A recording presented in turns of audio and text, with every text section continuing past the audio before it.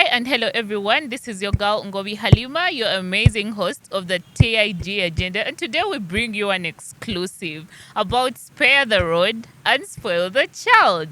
Time and again, we have been told to believe that punishing a child necessarily means discipline. Today, because of modern society and ingenuity, we think that is not the case. We are excited to have and be joined by our amazing guest today, none other than our beautiful Sheila.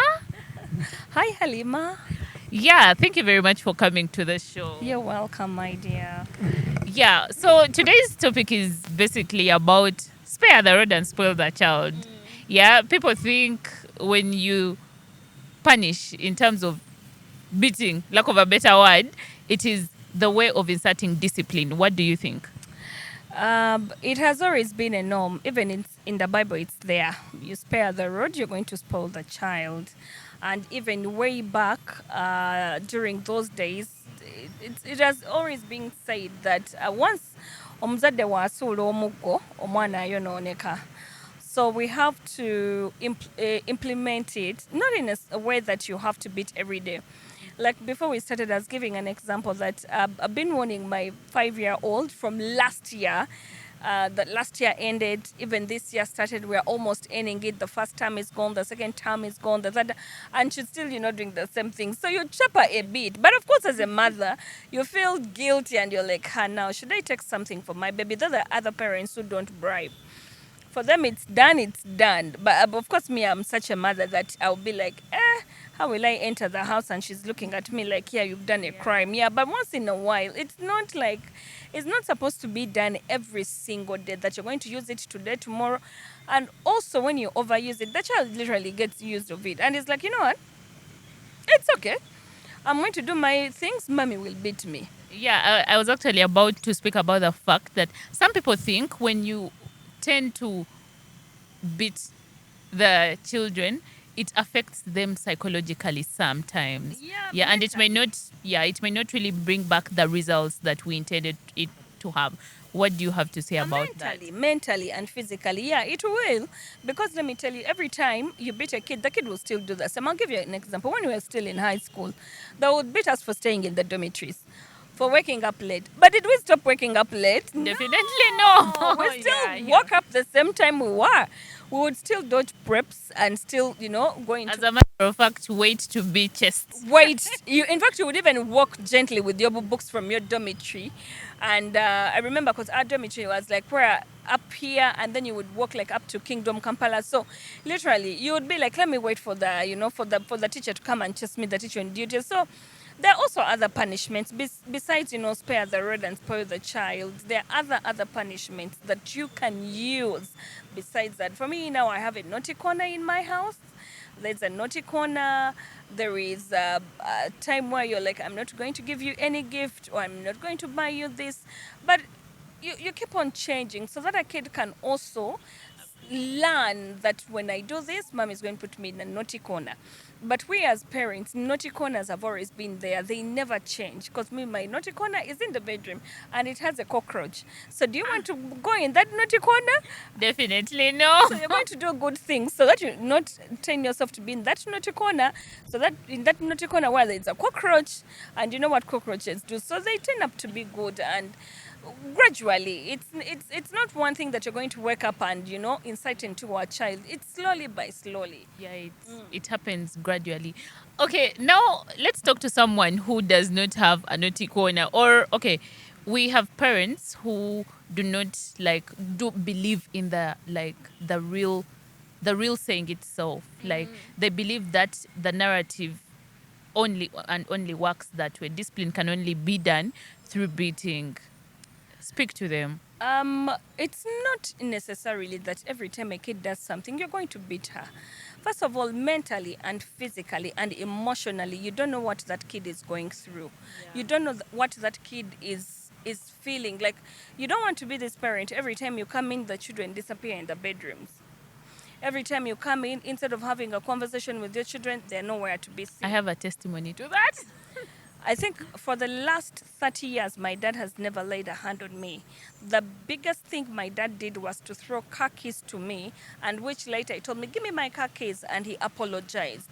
But my dad has never in my whole entire life like beaten me or said, because my dad believed in talking to us. And the more you talk to your children, the more you feel like your children are worthy it. So if you keep on beating a kid, even in schools, they give us punishments. They used to give us punishments, Alima. At least they would tell you, go and fetch water. Nga the well is those ends, and they tell you at one particularly, ha, that well has ghosts.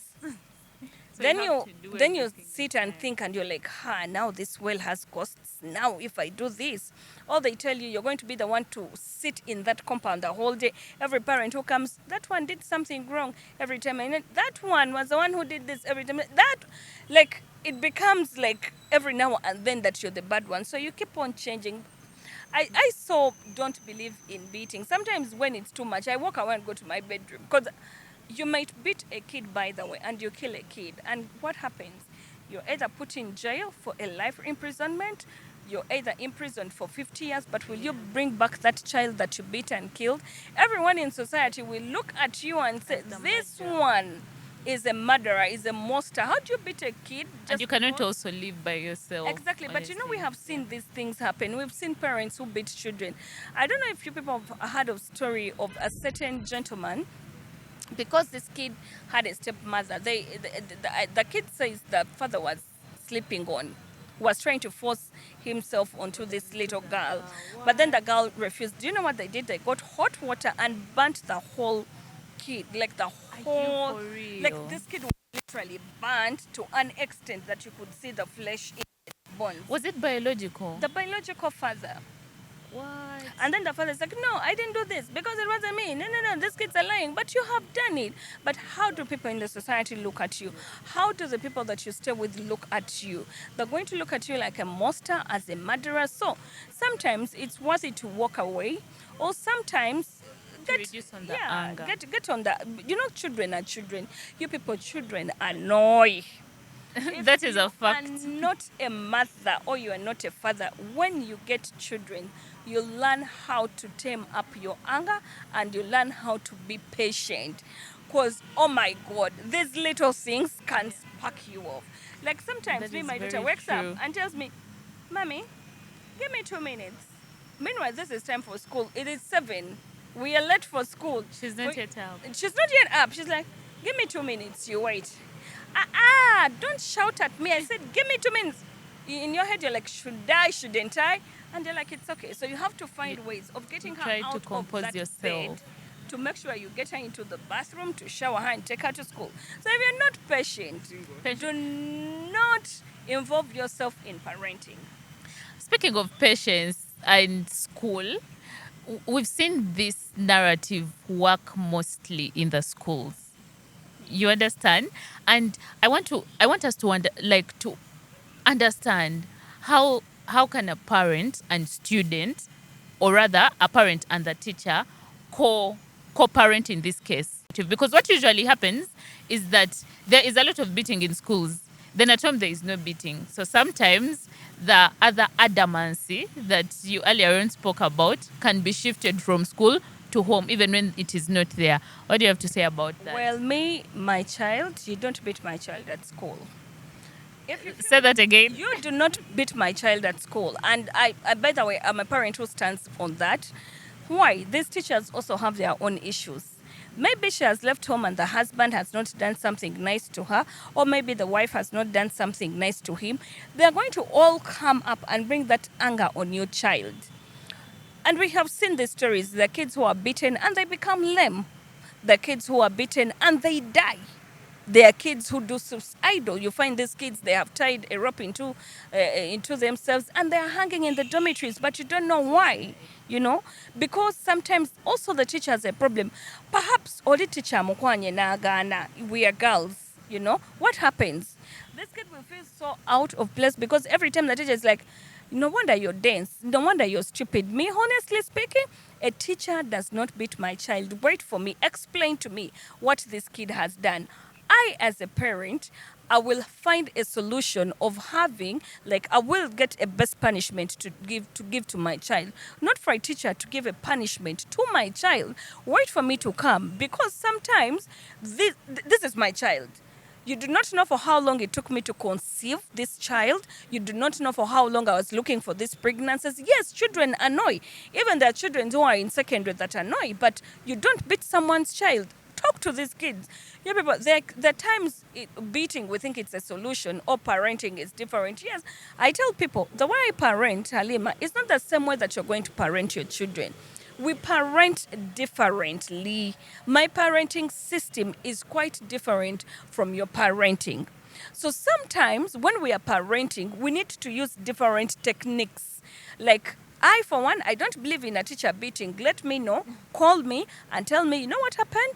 ABCD. I will find a way of talking to my child. But if you beat my kid, But okay, on that point, there are some kids that are really, really stubborn, yeah. And normally, what happens is that school is supposed to be like the second parent. Like, these teachers are supposed to like nurture the children. So you have entrusted them with your child. I have entrusted you with my child, but I've not entrusted you with a corporal punishment for my child. No, those are two different things. So there is a certain degree you can accept them to punish the child. I, for one, if I take time to beat my child, who are you to beat my child? Like, give me a reason to why you're beating my child.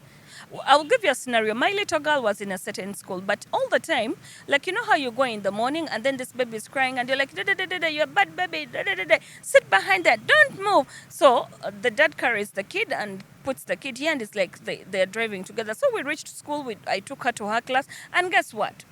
As I come to pick her, as she came back home, she told me how the teacher beat her.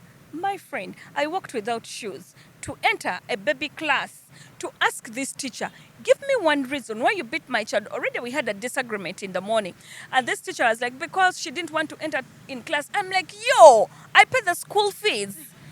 This is my child. I'm the one paying. Let her go on the swings. By that time, my baby was really young because she started school early. I'm like, if she doesn't want to enter class, please leave her.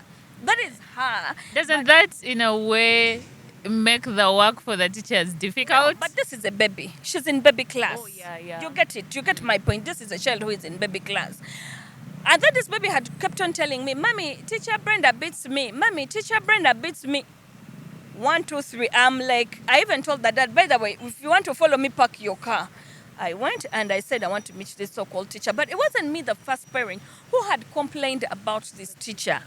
Also, the other parents had complained, because now, if you beat a baby class kid, was she allowed to go to class to count for you 1, 2, 3, 4, up to 5? She will know. Thank you very much. So no, me, you don't beat my child. It is a no for you. No, wait for me as a mother to come and find out exactly what this child did. When I find out, then we'll start it from there. Either I will talk to this baby, or I will spank a bit in front of the teacher to show her that what you did was wrong. And then this kid will really, really understand it. Okay. Thank you very much. There is a certain incident that actually happened. There was a group of students that came with their teachers. But because they were spoiled kids, like, the teachers do not beat them whatsoever. They do not say anything. So the kids do not listen to the teachers. Like, I don't know, sometimes this is coming from, I would say, the parents and the way they bring them up, because they know my parents do not allow anything, and this is supposed to be, home away from home. So we had that problem, one of the visiting schools actually. And I don't know, in your context, how would you deal with such a situation? Because these are students that are defiant to their teachers. They don't listen to their teachers because their parents do not want them to be touched. Well, me, I would, if I were a teacher, I don't care. What you're doing is wrong. If you do not listen, then I find a way of calling your parent in. Let me tell you, Halima, these days, omuzadde tomukwatira ku mwana, because there are some people, Some people have been in marriage for 40 years, but they get a child mu bukadde bwabwe. Gwe nojja because you were a teacher, you want to show you have powers, you want to implement. Sometimes how we implement also matters. You as a teacher, if you feel like these students are not listening to you, call the head teacher. Let the head teacher come in and step in and find a way out. If you feel these children are not listening, put them back in. I can't take them back to school. You explain to the head teacher and tell him trip has been cancelled because of ABCD. Let that school teacher handle it, because sometimes the way also these teachers handle these two children is out of the blue. And let me tell you, children are children. We have seen children who be going on the trips and you find them shouting, blah, blah, blah, and the teacher's like, "Why, remove your head from the window." No, me mommy, when he's driving on my dad, I put my head out of the window. Well, that is your father's car. This is a school bus. This is a school bus. So you have to abide by the rules. And by the way, me, one thing I do, I never want my child to break rules of the school, because those rules are meant to be there. You found them there. That school was built way before you, so you found this rule there. So I do not expect you to break these rules. So what happens when the kids do break the rules? In that case, actually, the teacher is trying to protect the child, you realize? Then as a teacher, I would call the parents. Me as a parent, I know I would be like, you broke the rules of the school. My friend, I would chapa you in front of your teacher, so that you know next time, in case I do this, it will happen. But of course, like, you don't beat to kill, or you don't beat because, but you're just showing respect. Even the teacher feels comfortable. Or you just tell the teacher, do you have punishments here? Like what? Let this child sweep the compound a whole entire school term to know what she or he did was a bad thing. Trust me, that kid will not repeat these things. Let us be not even nabazungu. Yeah, the certain times when they take things out of hand, we've seen them. There's a program that I watch. It's a documentary. It's called Strict Parents. These children fail their parents. They carry them and bring them to Africa to a strict parent. The ones that have been smoking, using drugs, and trust me, by the time these children leave, they are better people. It's not because when they bring them to Africa, they're going to beat them. But the punishment, my friend, you will go and get firewood from the forest. You will go and fetch water. You will going to carry jerry cans. Instead of you has been using the toilet inside, you're going to use that pit latrine. But you realize, if just like you say, different parents have different ways of parenting. There are parents that are actually going to feel like that is a lot of work and it's going to still affect their children. Now, if you feel it's a lot of work, Halima, let your child get spoiled. In Luganda, bagamba omwana omubi yavuganya nnyina, something like that. If I don't know my pronunciation, but a bad child will always be the talk. No wonder her mother made her grow up like that. Sometimes even the blame with the mothers when we are not the problem. Perhaps the fathers have been the problem to these children. So you'll be like, okay. So you either bring these kids to a parent that is strict, or you let your child get, spoiled, and you're the one to be blamed. So what would you prefer? You bringing this kid to Africa to be a better child, or you staying with the kid now kuta in the end? But of course we've seen these things whereby children kill their own parents. They murder them because of property. They murder them because of land. It's not only out of the country, but even here we do experience it. Omwana tatatawe rataka. Because the dad has an acre, the dad has coffee, the dad has maize, the dad has matoki, the dad has a property, and the kid will kill you, get these wheels, go and change them. But why would you kill your father because of the property? For you, can't you work on your own property?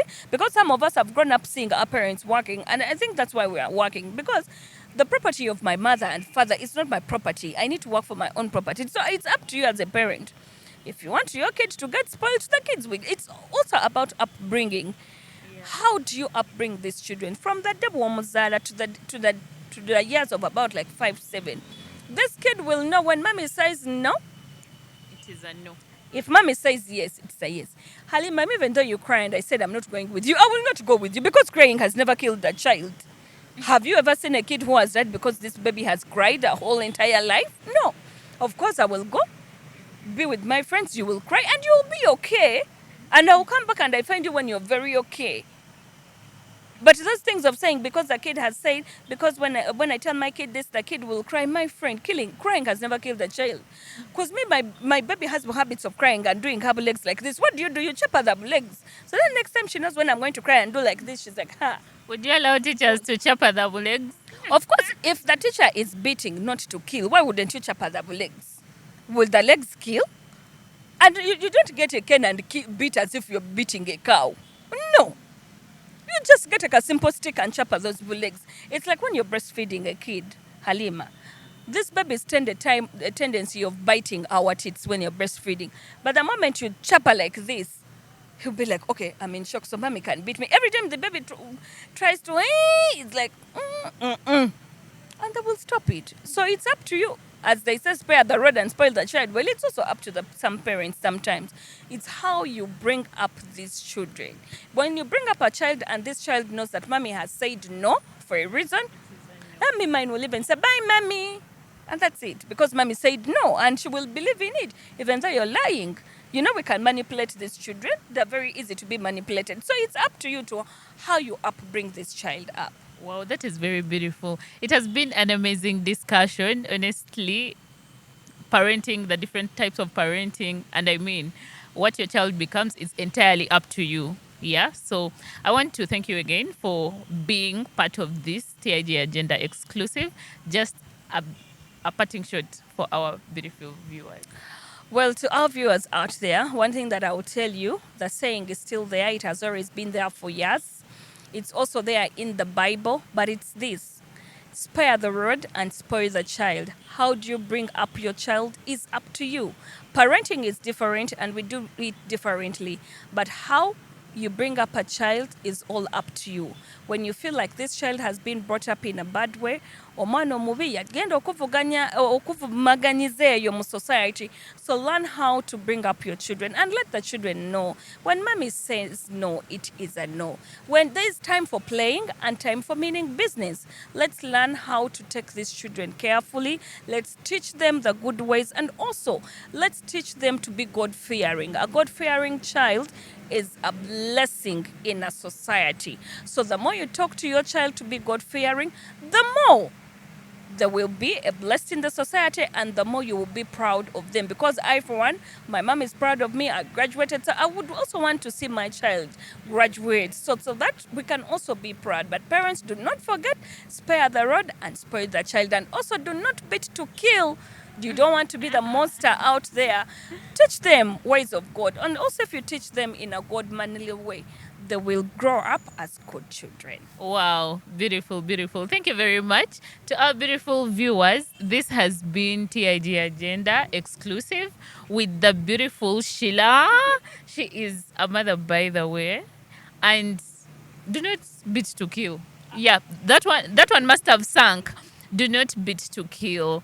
But most importantly, when we are talking about nurturing and parenting, it's going to be different. But bottom line is, what are you doing as a parent to bring out exactly what you want from your child? What we've gotten from Miss Sheila today is that even when we think disciplining children is good, to what extent do you do that? Yeah, so that still comes back to us. How do you discipline your children in a way that is going to make them still stay in check, but also do not go against community or even school rules? It is always TIG Agenda, where we basically revive the glory of family. Today we spoke about children and schools. Spare the rod and spoil the child. Next time we'll be having another topical discussion. So do not forget to follow us on all our media platforms.